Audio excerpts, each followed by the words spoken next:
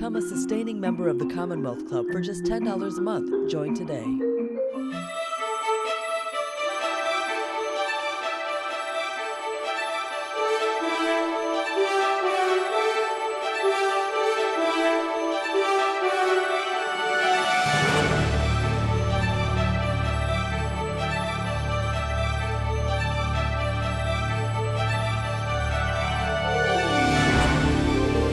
Good morning. Welcome to the Commonwealth Club. I'm Celia Menschel, chair of the club's member-led Middle East Forum. And now I'd like to introduce our distinguished moderator, Dr. Banafsheh Khanoush, the vice chair of the Middle East member-led Forum. Thank you. Thank you very much, Celia. Good morning and welcome to this virtual Commonwealth Club program called Ending America's Never-Ending War, presented by the club's member-led Middle East Forum.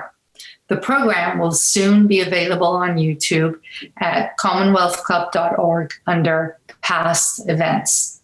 I'm Dr. Banafsheh Khanoush, Vice Chair of the Middle East Forum and today's moderator. A reminder also to please submit your questions for the question and answer period via the chat. It's been almost 2 decades since the United States invaded Afghanistan. The war that was planned to be a short one has turned into a never-ending one, with great human cost to both Afghans and Americans. The United States has been at a standstill trying to really figure out how to withdraw and whether or not to withdraw completely.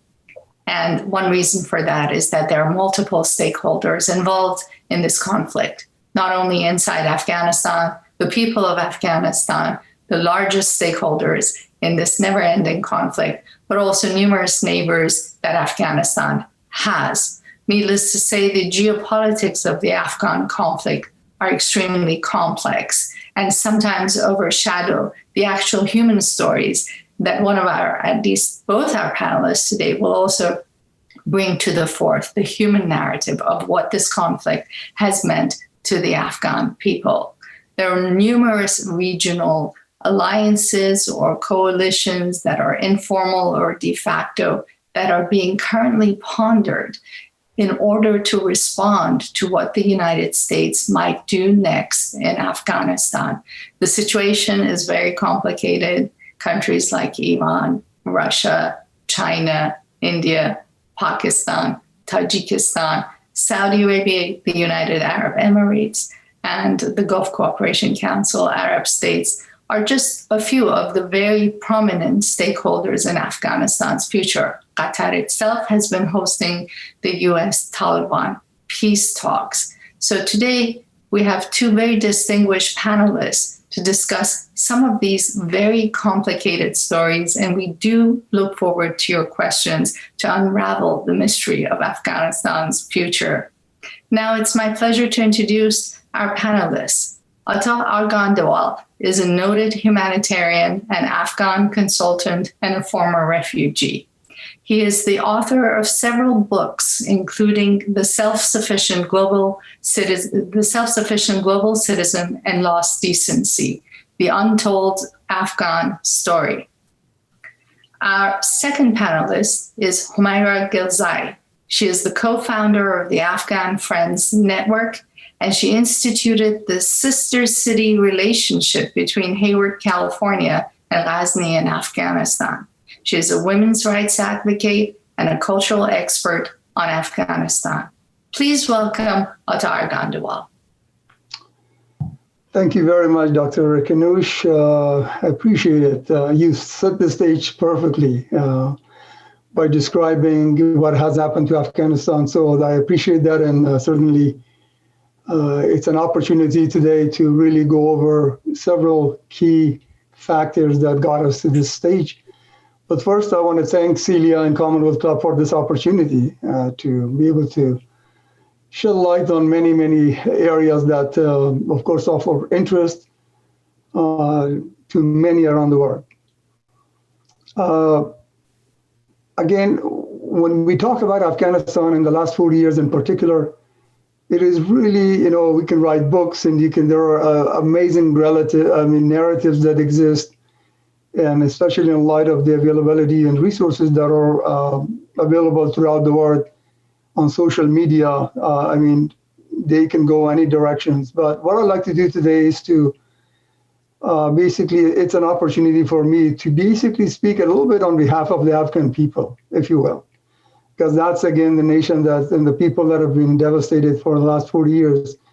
And if there is a reference to the word, let's say, victim, I do not believe that there is a more better country or a place where you can basically look at and say, okay, how a country can be victimized because of foreign influence throughout its history.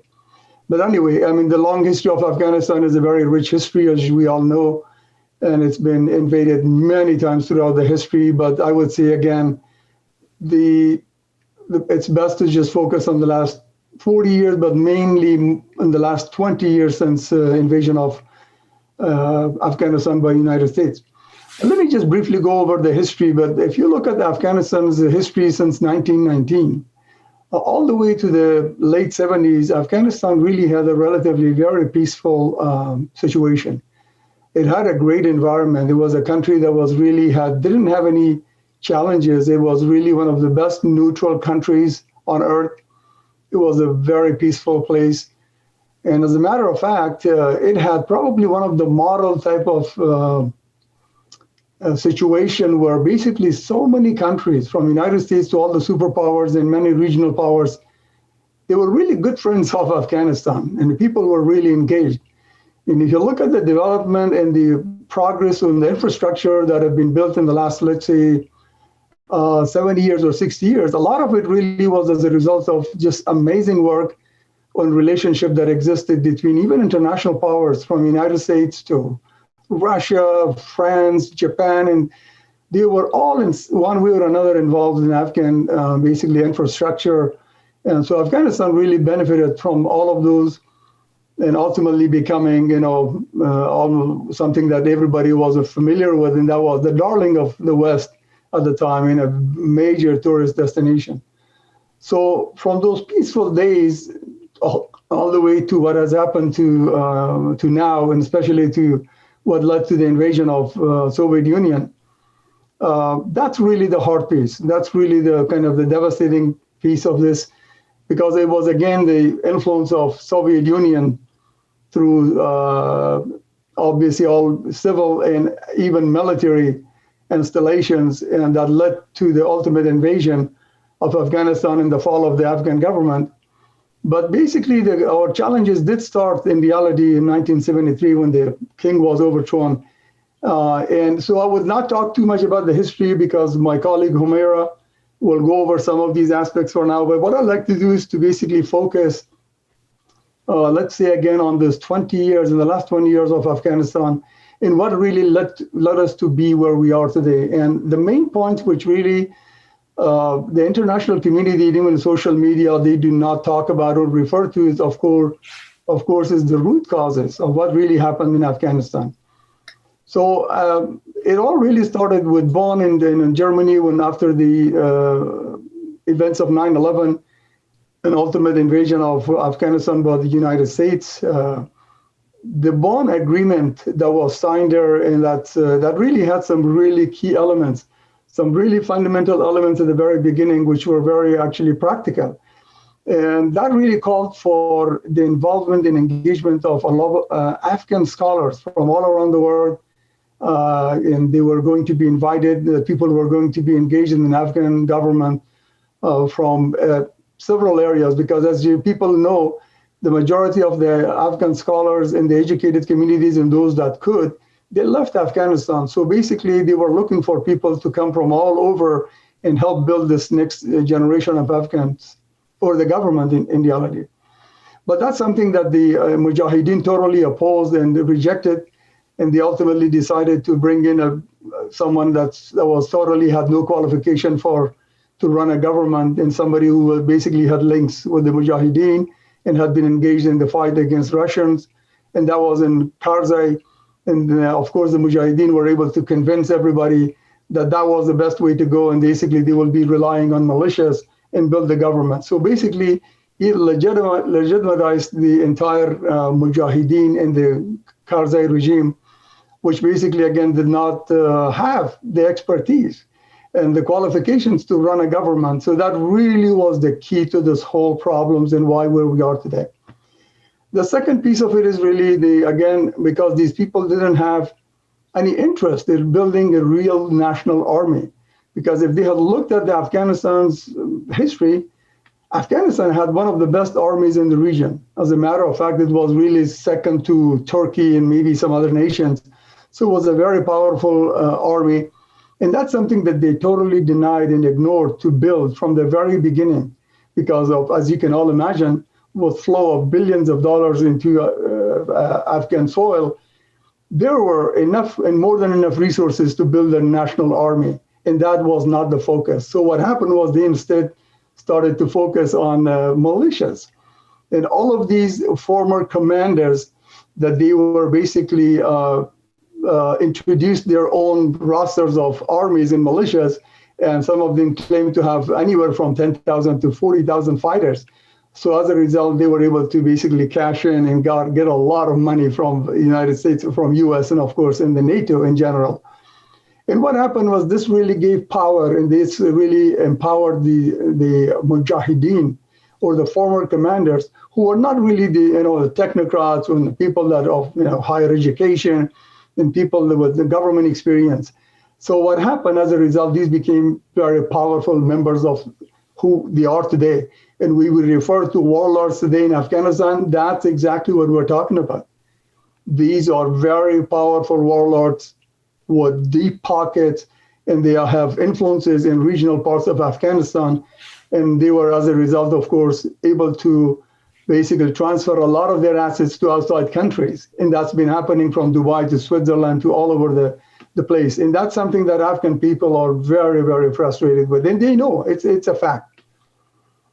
The other basically big piece that really hurt the Afghanistan in its situation was, again, this whole notion of relying on NGOs. And instead of building, let's say, if they were thinking of building a nation and a nation that didn't have a government, and when it was devastated, as you know, with the Taliban reign, there were no government offices, there were no computers, there was no system, there was no monetary system, there was no wire system. So everything was cash.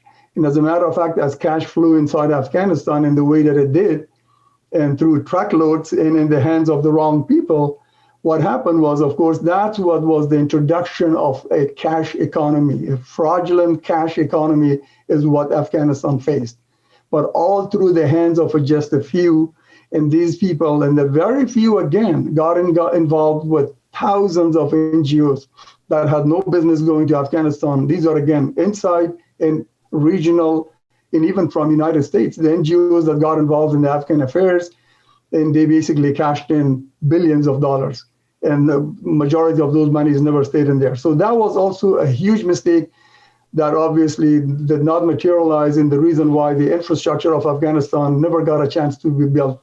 So there was no focus on the real infrastructure because there wasn't about the United Nations or a government agency to do that.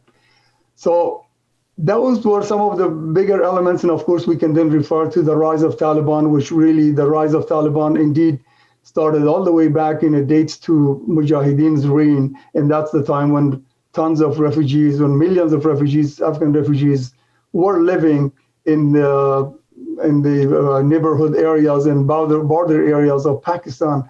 And they became really easy victims and prey to Taliban recruitment and the other elements such as Al-Qaeda and ISI and their other extremist groups.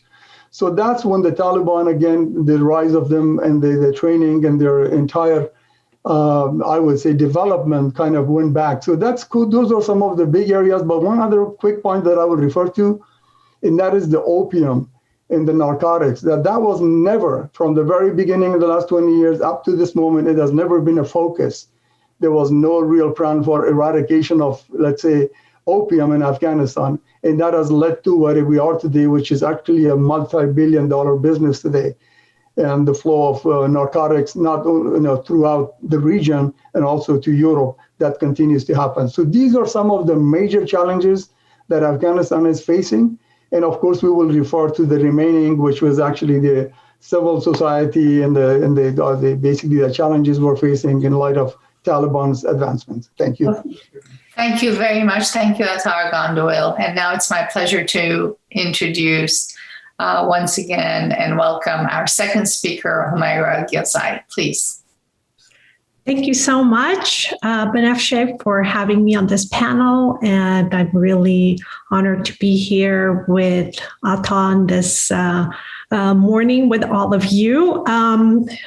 With your permission, I'd like to start with a land acknowledgement, and then I'll go into my presentation. I'm calling from the unceded land of Chamush, Tongva, and Kizh, colonially known as Santa Monica.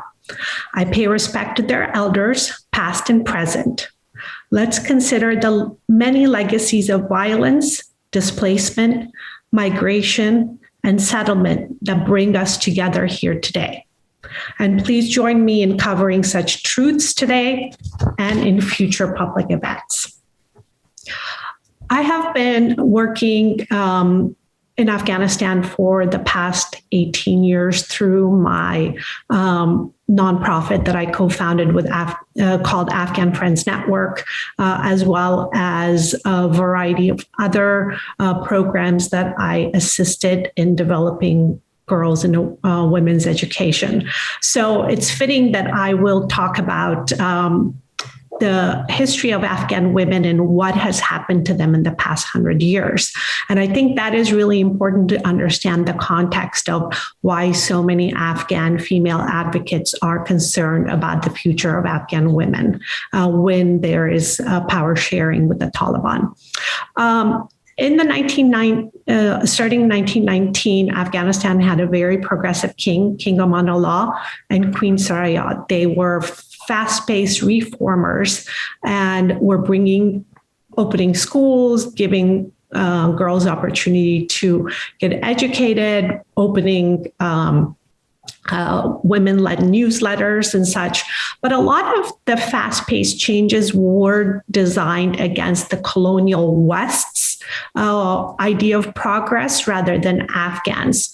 And some of the things that they were doing, which I think in hindsight was very, very good for the future of Afghanistan, but it was too fast and it was not something that a lot of Afghan tribal leaders and in the provincial areas were able to accept. After King Amanullah abdicated, there was around 4 years of turmoil, and a lot of what the progress that King Soraya and Queen Amanullah made were reversed. But as Attar mentioned in his presentation, there was around good 40, 50 years of peace in Afghanistan, which basically started in 1933 until 1978, first with the takeover of King Zahir Shah as the president of Afghanistan, the king of Afghanistan, and then his cousin Dawood Khan. This was a very peaceful time, but there was very cautious progress. There was a lot of effort put into working with other countries and getting their support in Afghanistan's development. And within the country, for Afghan, there were slow progress, but steady. Women were, the burqa was no longer required. Women could go to university.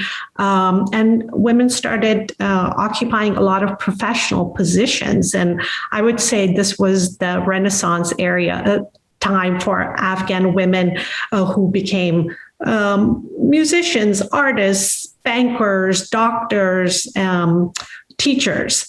But unfortunately, with the overthrow of Dawood Khan and the takeover of the Russians, and then the civil war, and then Taliban, and the current occupation of the US, there's been constant turmoil in the country. And as we all know, when there is fighting, the people who are most affected who are the collateral damage are, of course, women and girls.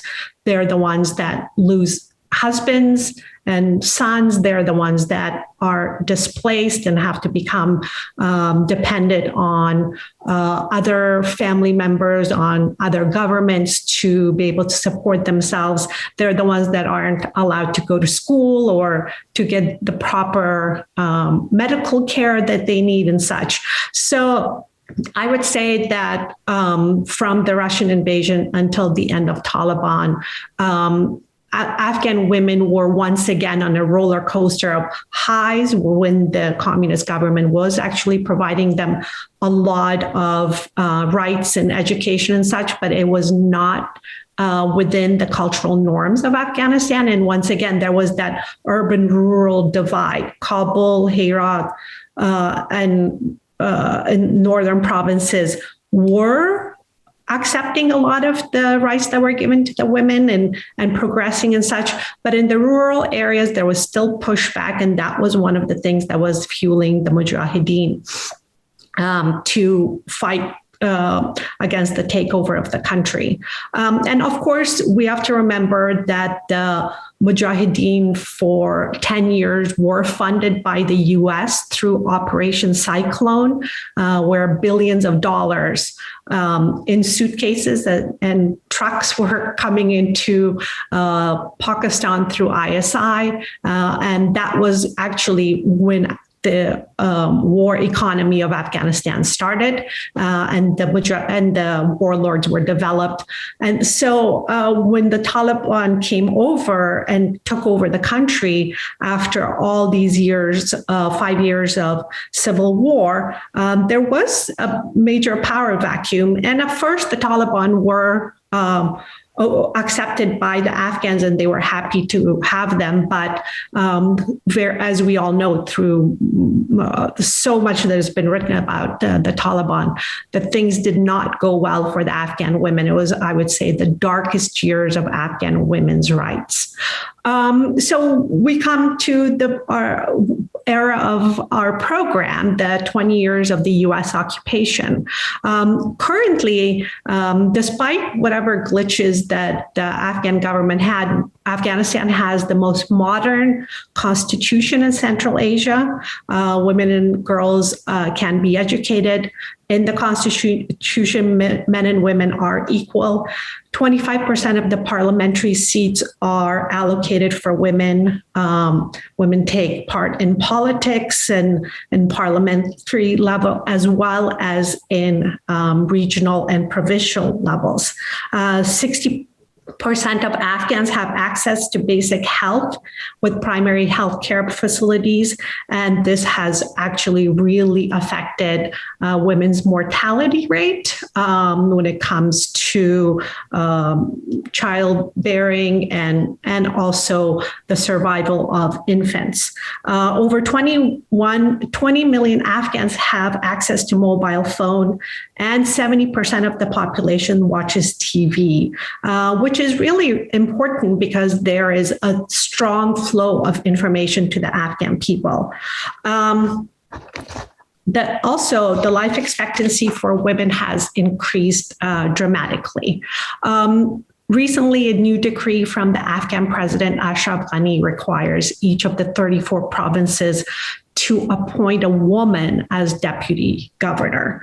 So these are all great progress that has been made. But of course, we have to remember that a lot of the times the girls that are going to school, they stop going at age 14, whether it's because their families need them to stay home and work, or they're married off, or there's recently with the uptick of the violence from the Taliban, people are just afraid to send their daughters to school. Women and especially women journalists and politicians have been targeted for attacks by the Taliban, especially in the past 2 years when the U.S. was negotiating with them. Many Afghan journalists have been killed, and teachers, for example, the schools that I co-founded with my local partners in Afghanistan have been getting threats, and the director of our school gets, if not daily, weekly calls from the Taliban that she should cease and desist.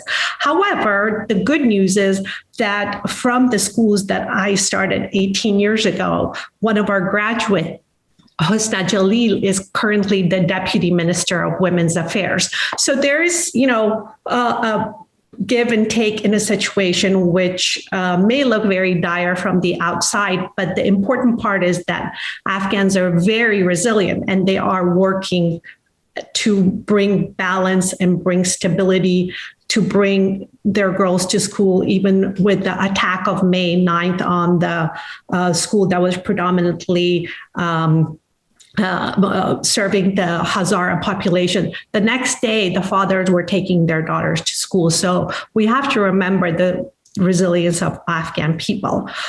So what is going on with this mysterious peace deal? And I want to kind of go back to that Afghans have always known there has to be a peace deal with the Taliban. This is not a U.S. invention or idea.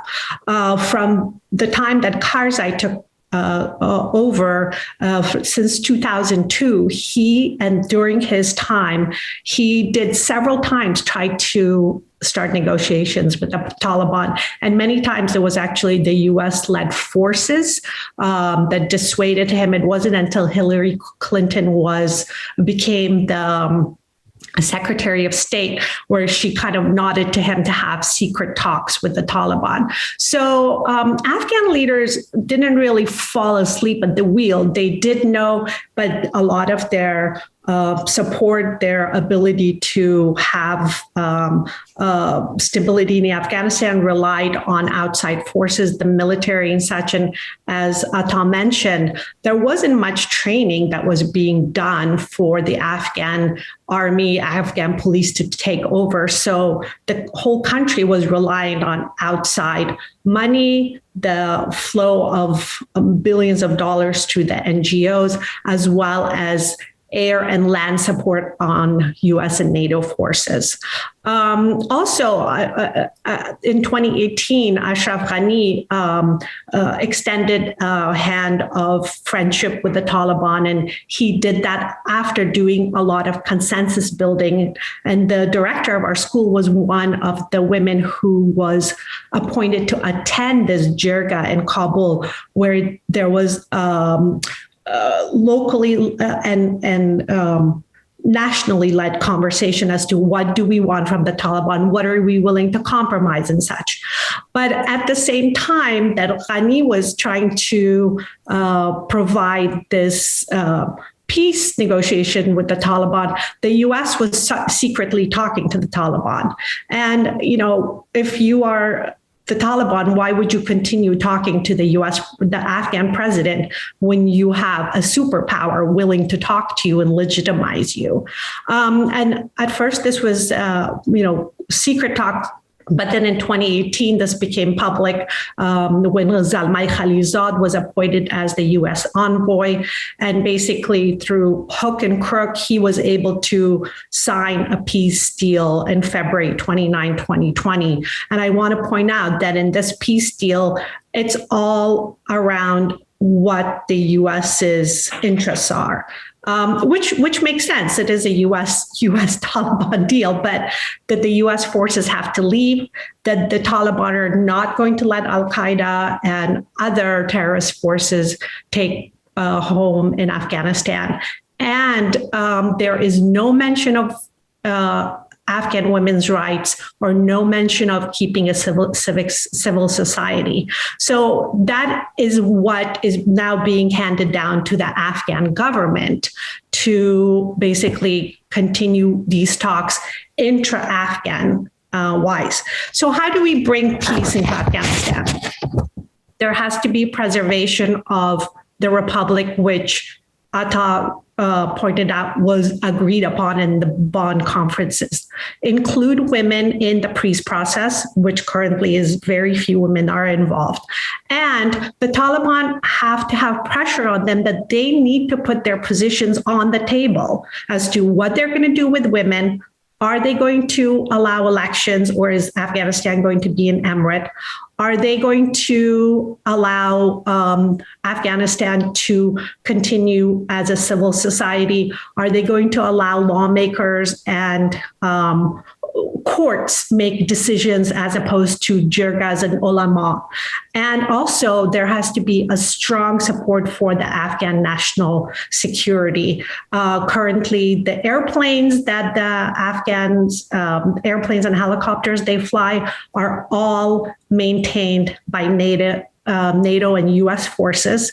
The equipment that they are using is supplied, maintained, and funded by the United States and NATO forces.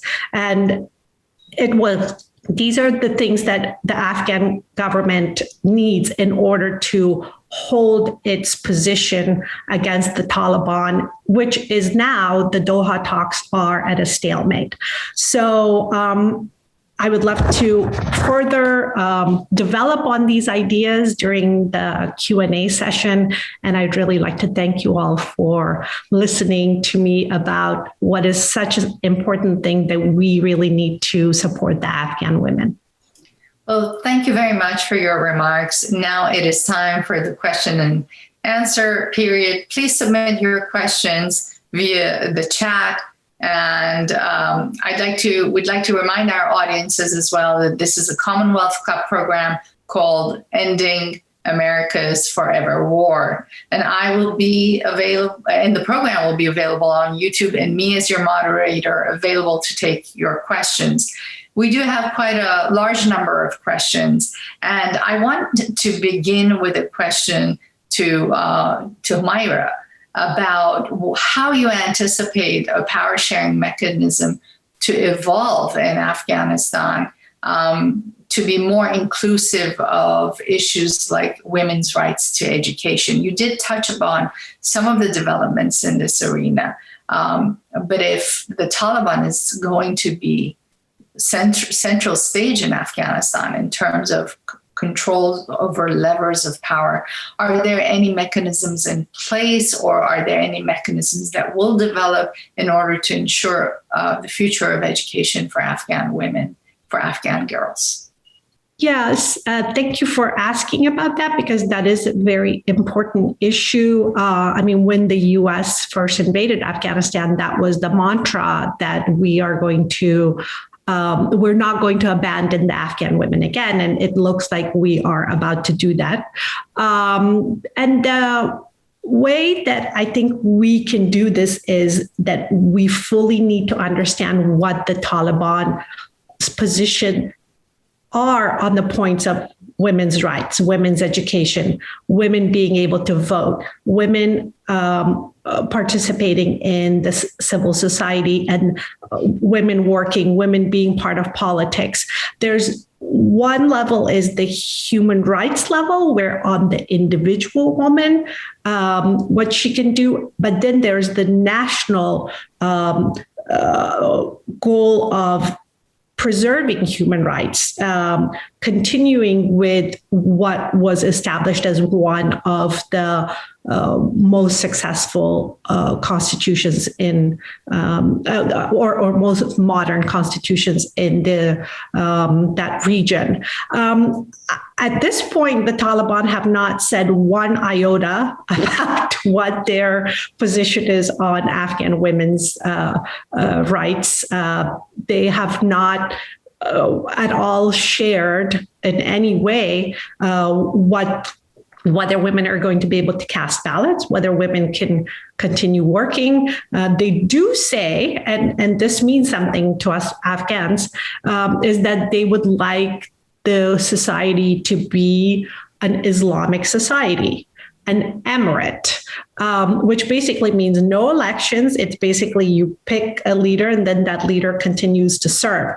And I feel like they are saying their position, which is that we are going to change things up and make it more within the Islamic laws as they interpret it. I mean, there are Muslim countries in the world who have a constitution. Their women do work, their women participate in the civil society, but they are also a Muslim country. So I don't see any pressure being put on the Taliban from the allies to come forward now and put their position forward.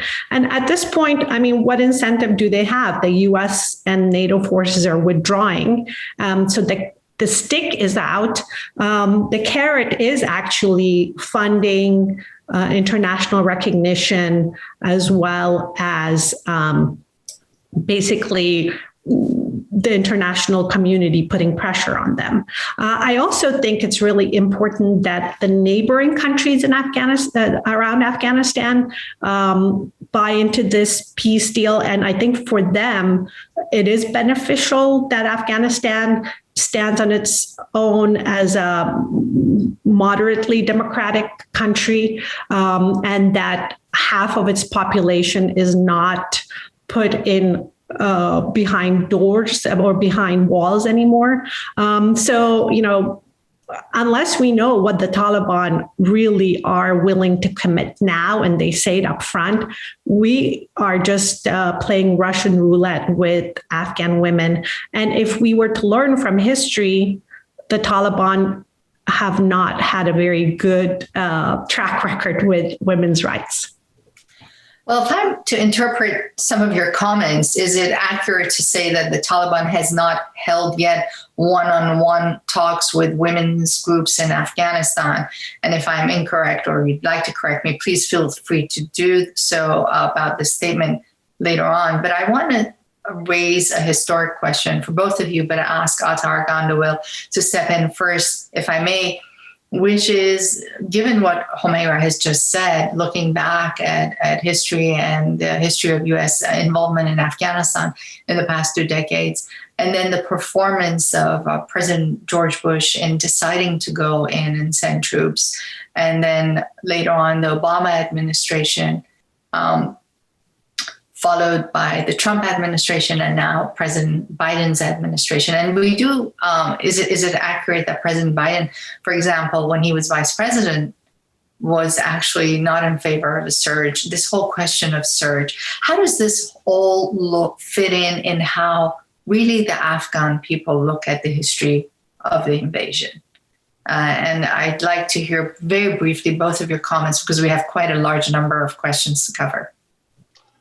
Thank you, Dr. Khanoush. First of all, just a little comment back to Humaira's, just to follow up.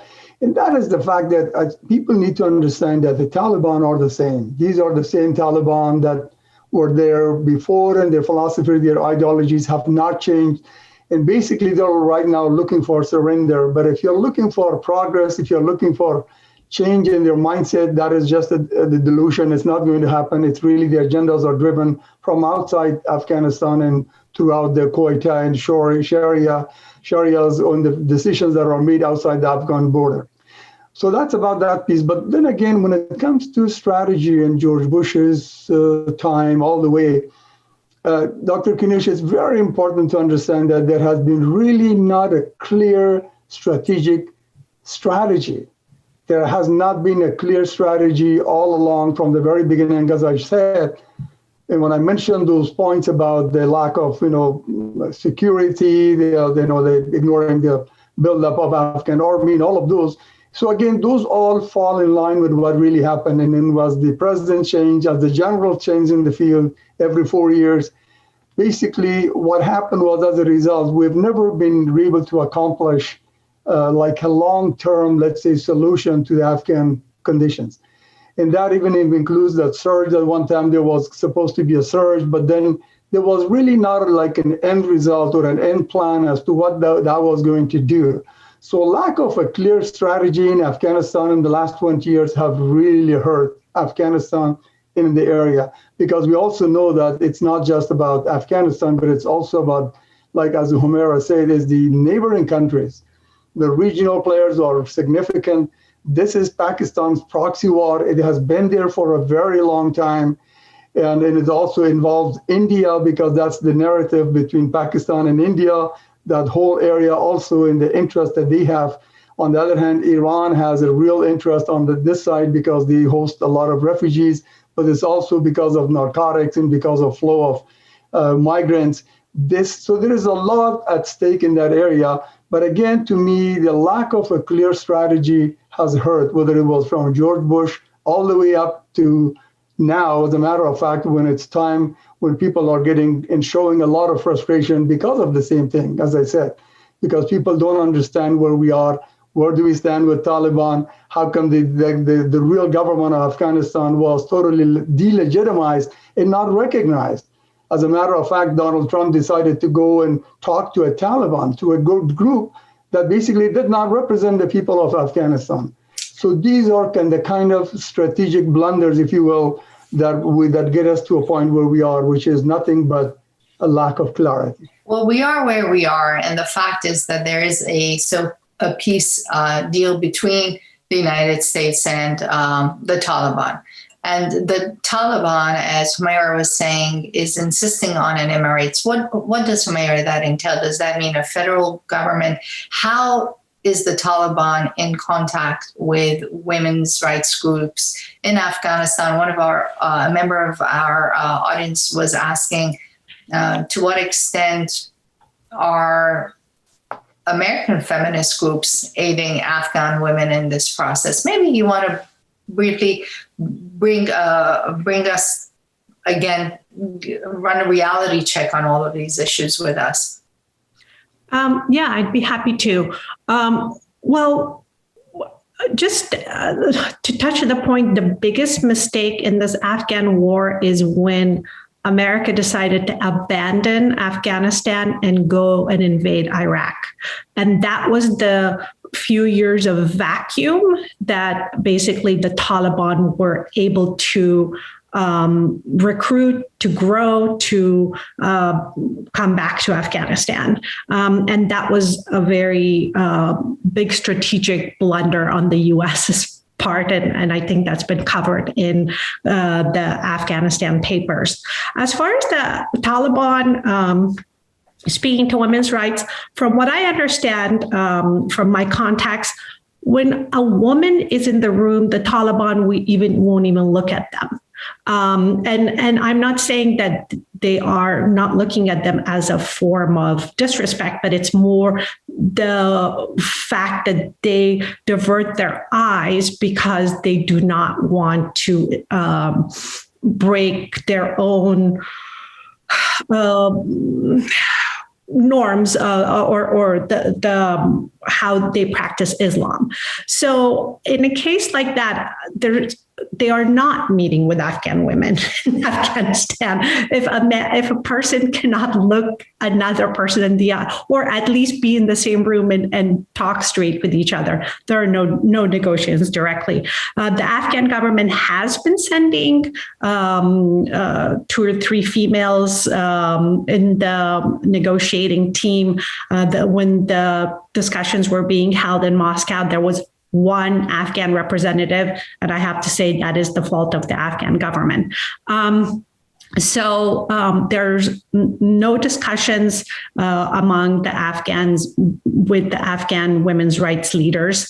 However, the Afghan women's rights leaders, if you were to go on social media to read prominent newspapers in the US, they're writing op-ed pieces, they're putting campaigns together. One of them was My Red Line, really asking the West for help. They are being very vocal. And as far as I'm concerned, I don't think us from the West need to go save Afghan women. They have the capacity, they have the know-how, they live there, they know what to do. But there needs to be some understanding on the international level where the real powers are, that platform has to be given to them. So yes, there are allies and there are helping, but really the deal makers are the governments. And the fact that the US troops are leaving sooner is not boding well for the Afghan women without any kind of proper setup or proper peace between the Taliban and the Afghan government. Thank you. Unfortunately, we have only time for two more questions.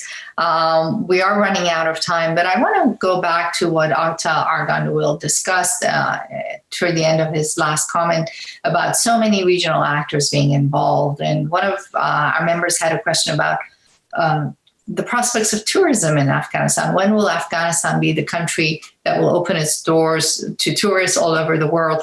And we know that for that to happen, a level of regional understanding must emerge between the Taliban, the central government of Afghanistan, the United States, and many of Afghanistan's neighbors. Can you talk a little bit about that? Or if both of you would like to, please go ahead. We'll start with Ata Arghandouil, please, and then Humaira Ghazai, if you have any further comments, please feel free to add them. Thank you. A great question. Of course, it's not just about foreign tourists, but Afghans that are interested to go back and visit their country. So that is a long shot. It will be quite a while before really things, without a real clear, peace deal. And it's going to be very difficult because also let's not forget the fact that Afghanistan is being flooded with a lot of weapons. So this is a country that is weaponized all over the place. So it's not just about the military aspects or the challenges that we'll be facing and to bring the militias all into the fold and the Taliban and all. But it's also about really lack of security now, which is a basically consensus throughout Afghanistan, is the fact that just the arms are all over. So that how do you control a society and how can you make it really secure for not only just Afghans, but let alone foreigners to come and visit Afghanistan. So unfortunately, we are in for this for a while. But if peace agreements are signed and real peace comes through, Afghan people are resilient and they will welcome and they will open their arms again to tourism. Thank you. And Humaira Ghazai, would you like to add a few words here? Well, there are adventure travelers that are going to Afghanistan to experience it as a war zone, but also river surfing has been brought into Afghanistan, and a lot of young surfers are heading to Afghanistan, as well as forms of backcountry skiing and such. But of course, all of this is wonderful, and everybody's making films about it and writing about it. And but if there isn't peace in the country, and there's a huge traveler advisory on the U.S. State Department, do not go to Afghanistan. Of course, Americans are not going to be going there. But as Ata pointed out, it's important for Afghans to feel secure so they can travel within. I mean, I remember when I was little, my family would go to Jalalabad during the winter because it's warm there and Kabul would be freezing. But the internal movement has been limited because people are afraid. There are car bombs, there are attacks. It may not be necessarily on them, but they could be in at the wrong place at the wrong time. So this peace process is very important. Speaking of tourism, I heard that the actor Robert De Niro took advantage of some of those adventure visits to Afghanistan at some point. But let's go to our last question, or two last questions. What can, given the picture that both of you have portrayed, the United States do for Afghanistan after withdrawal? And we understand it may not be a full withdrawal, but still a significantly impactful one. What can the United States do for Afghanistan? And is a civil war inevitable? Or if it can be prevented, how do you see that happening? This question is to both of you. We'll start with Ata Arghandouil and then Humaira Ghazai, please. Dr. Kinuj, that's a key question that, of course, all the Afghan nation as well are anxious and waiting to hear, to see how America responds. And we have to understand that we really, people of Afghanistan, are very appreciative of the opportunity that they've been rescued since 9/11 and for the progress again, there has been lots of progress, as Humaira referred to. There has been significant progress in many areas where we have today millions of people are educated and children are going to school, plus a lot of other progress in the area of social lives, as well as, let's say, sports, where Afghanistan today has incredible, champions in Asia, and they do things that are totally impossible to hear from a war-torn country. But so what American people or Afghan people are expecting from the United States is to not give up, not leave them alone, do not walk away, because again, this country has been a story of betrayals, not only by outsiders, but by inside our own people, or our own warlords and so on. But in the meantime, I think that will be the biggest thing, to continue support and to not give up and not to cave into the Taliban and Pakistan request. That would be the biggest wish and hope of Afghan people from the American society as well as international. Thank you. Humaira Gilzai, would you like to add a few final words, please? Yeah, one of the things I would like to request from U.S. senators and politicians is that they should not take it for granted and assume that there's going to be a civil war in Afghanistan, because by saying that basically is signaling to the Taliban that it is okay. It is something that we expect, and they will act upon that. Last week at the foreign security hearings, several U.S. senators were openly saying this. And although we all think that, but for the U.S. government to be saying it as if it's a matter of fact, that basically is signaling to the world, there is going to be a civil war. It's going to be really ugly, and we don't really know how to prevent it, which is probably true to a certain extent. But the U.S. government should continue supporting the Afghan government. This is a government that was put in there based on the Bonn Agreement and based on the U.S. actually uplifting Ashraf Ghani from completely being an unknown to the position that he's in. So the U.S. has that responsibility. The U.S. has the responsibility and the NATO forces to support the Afghan security forces, because if it all comes down to it and there's fighting, the Afghan security forces needs to have airplanes that fly, that are maintained. For example, in many years ago, the U.S. lawmakers decided to get rid of the Mi-17s, which were helicopters that the Afghans had from Russians. And instead, they sold the Afghan government or gave them Black Hawk helicopters. Well, Afghans knew how to maintain those Russian helicopters, but they have no idea how to maintain these Black Hawks. So this was a U.S. strategic decision to make Afghans reliant on U.S. military for the long run. But all of that has to be followed through. All the things that were started, for example, the training of the Afghan forces, the police, supporting them, giving them the capability to maintain and be paid and to function. All the promises that have been made, at least on the stabilizing level, has to be followed through. Because if the government can hold, if there is a capital, if the Taliban are prevented from continuing to take over, I mean, currently 50 districts in Afghanistan have been taken over by the Taliban, then the Afghan people on the civil society will work on it. There are at least 5 or 6 different peace organizations that are advocating for peace in a peaceful way. There is no fighting. They're demonstrating and such. So Afghans are doing their best, but there are much bigger forces that could, crush them if we don't follow through on the promises that we have made to the Afghan people. Speaking of which, A big question is really what will important neighbors such as Pakistan and such as Iran do when the NATO forces, when the US forces scale down? Will there be specifically between Pakistan and these forces a level of engagement that you see over Afghanistan, or at least over the southern parts of Afghanistan bordering Pakistan? What is that landscape really going to look like?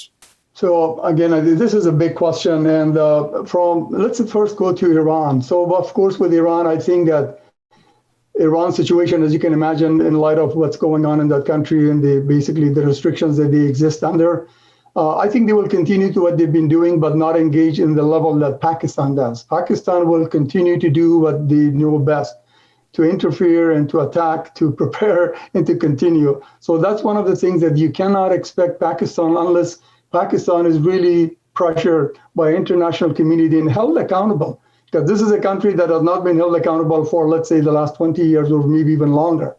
They've been doing and they've been harboring the terrorist groups in their lands.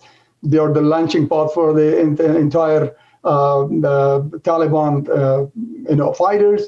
So what else can the international community expect? And that's why these are the two dangerous, I would say, it's significant, of course, is Pakistan, but Iran to some extent. But with the rest of the neighbors, we don't have to really worry. Afghanistan is pretty okay with them, even when in light of India's role, which happens to be the best friend that basically Afghanistan has, and extremely great ties economically, socially. So there are really not a whole lot of issues, even with the north of Afghanistan, and even including Russia. But I would say that Pakistan happens to be the biggest threat to Afghanistan.